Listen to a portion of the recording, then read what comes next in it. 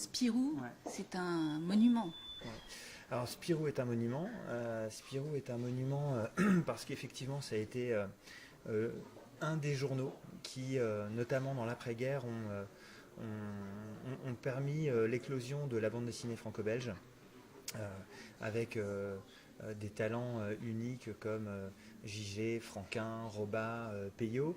Alors c'est un monument, en même temps c'est un monument vivant, parce que souvent les monuments sont sur leur piédestal, un petit peu figés, un petit peu dans le passé, et Spirou c'est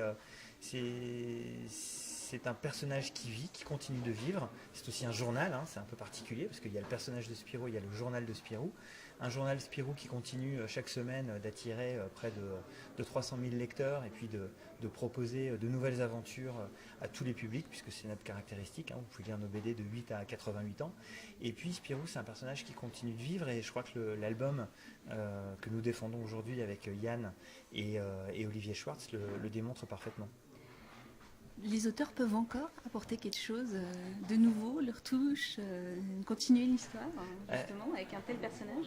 Alors ce qui est formidable dans le personnage de Spirou, c'est que c'est un des rares personnages de la bande dessinée qui, par définition, vit par la multitude d'auteurs en fait qui le prennent en charge. C'est un personnage qui a été créé par Rob Vell.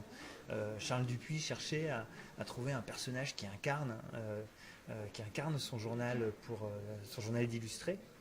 Il disait tous les jours un Spirou, et puis ensuite il y a eu Franquin, il y a eu Gigé, il y a eu tous les autres, et donc en fait Spirou c'est un personnage qui s'est construit de manière quasi impressionniste comme ça par touches successives, et donc il est parfaitement logique dans la suite de ce processus créatif en fait que Spirou continue de se développer. Alors, c'est pourquoi on a à la fois une série qui continue, qui sont les aventures de Spirou et Fantasio par les auteurs Johan et Fabien Vellman, et puis aussi de consacrer toute une collection qu'on appelle les Spirou vus par, qui sont des livres où on laisse aux auteurs l'opportunité de s'emparer du personnage et de l'univers de Spirou pour en faire, parce que eux ont toujours rêvé d'en faire.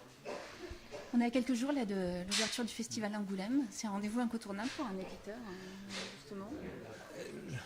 J'ai la conviction que c'est un rendez-vous incontournable. C'est pourquoi les éditions Dupuis ils font leur grand retour cette année.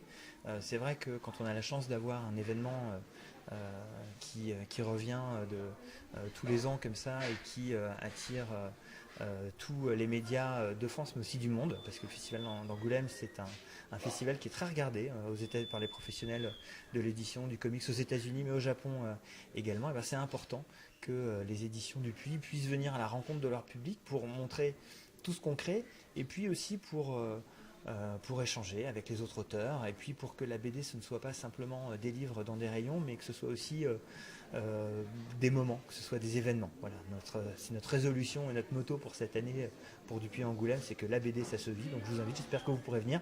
C'est pas juste à côté Angoulême, mais en tout cas on va découvrir plein de choses, on va bien s'amuser sur le stand de Dupuis. Si on ne peut pas venir, en tout cas, il se passe plein de choses en région.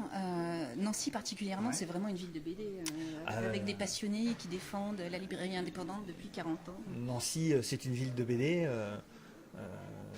depuis longtemps, c'est une ville d'étudiants, c'est une ville de création, donc c'est vrai que la librairie La Parenthèse, qui est quand même une librairie culte désormais pour tous les passionnés de BD, le prouve bien, et c'est vrai que c'est formidable de pouvoir compter sur des passionnés, des experts comme ça qui font vivre notre genre, et qui, je crois, aux yeux des lecteurs, sont vraiment des référents, des prescripteurs, des professionnels capables de conseiller et de surprendre en permanence, tant la diversité de notre genre est énorme.